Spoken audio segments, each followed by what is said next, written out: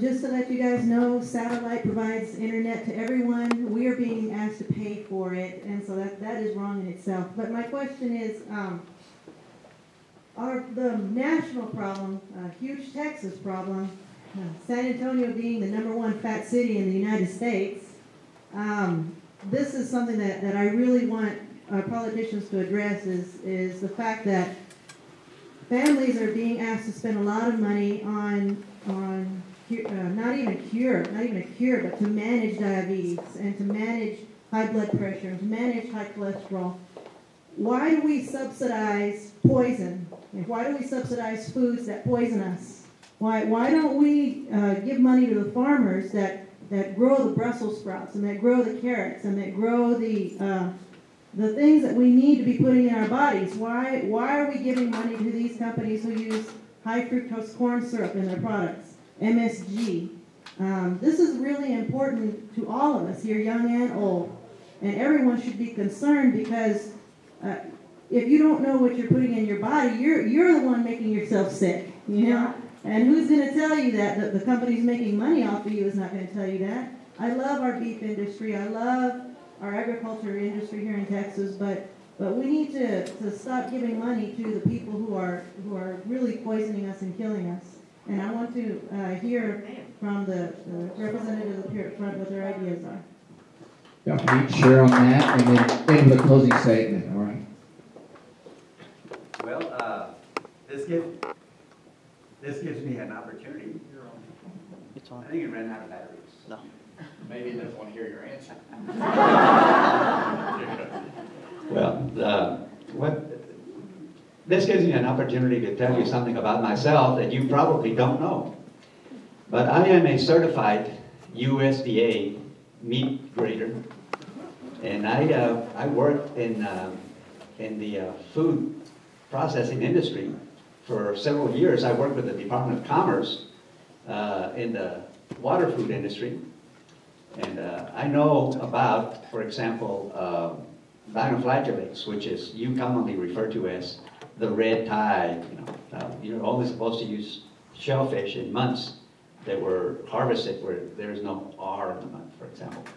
Those are the kind of things. I know about retorting cans so that they are sterile. The product is safe to eat. I know about the dangers of Listeria monocytogenes, for example, which is a new foodborne illness that surfaced about 10 years ago. Before then, nobody ever knew about it. Clostridium botulinum and salmonella, and I could give you a 3-hour lecture on salmonellosis. So I know that the role that government plays in food safety in this country is crucial.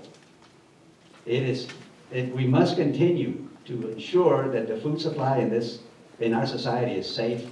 And you've seen on Channel 11, Food for Thought. That was part of my responsibilities when I was working in this discipline. And I assure you, we need to continue to be safe through government oversight of our food industry. I don't know if I need the mic. Let me just say that it's an educational process, and we expect our students to be able to discern what the proper nutritional value is of the things that they put in their body, and that's foolishness.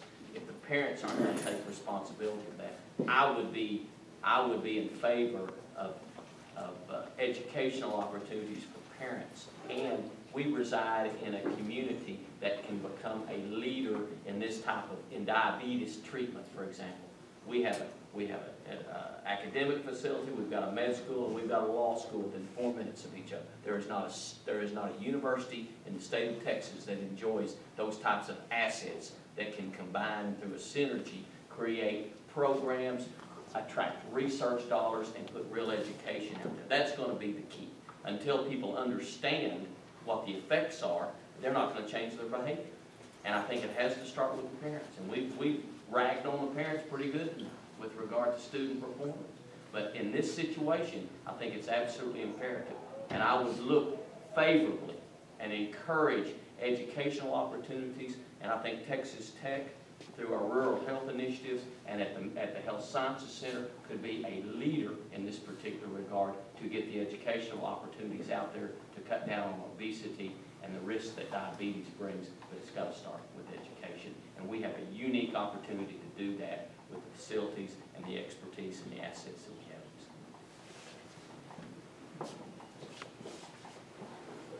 Once again, the question gets back to a local question. It's a local item. The problem is we need to work on educating children on what is the right thing to eat. Think back when we were kids. You know, if your parents or guardian gave you cotton candy or Brussels sprouts, which one would you eat? You know, we would all eat the cotton candy. And I think that children need to learn that. But it also gets back to government control and saying no to government. On the border, a diabetes study, and they started working on reducing diabetes and controlling it. Well, once you get a federal government program like that going, you can't stop. You can't stop paying for it. Doesn't matter if the problem's reduced or half of what it was. You still have to keep paying for it. And that's one of the issues we have. We need to get things back to local control. Now, I'm not saying we're going to find the cure for diabetes or heart disease or stroke, overweight, any of that, right here in Lubbock. We can. We've got a great school. That's part of the reason why Tech needs to get to Tier 1. It's through research funding that we can do that. But we've got to get back to local control, the classrooms where students can learn, parents, and hopefully parents will invest in that. And that's what it gets back to, is local control. In case everybody didn't get enough of tonight, these same candidates will all have a forum for the Chamber of Commerce that will be broadcast on Channel 9 at 7 o'clock on Thursday. And where is that debate at? It is at the Shriners. Right up here on 27. Yeah. But Also, I think tickets are pretty limited. You might get some of the candidates up for a ticket, but... and also, all these candidates are running, and it costs money to run. And if you want to support any of them, I'm sure they would appreciate your support financially also, right, guys? I made a comment about LISD while ago. My kids go to Trinity, and the reason my kids go to Trinity is because I got frustrated because the teachers we're sacrificing our good kids for the sake of a few Han youngsters, and teachers can't get control of their classrooms. We are segregating our society. That's what public-private school is. It's a segregation. We ought to send those kids.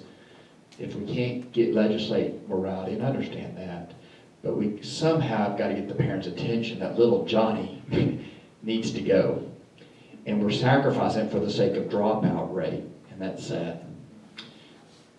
People, I appreciate y'all coming out tonight. We appreciate the respect that you've given the candidates. I think every one of these candidates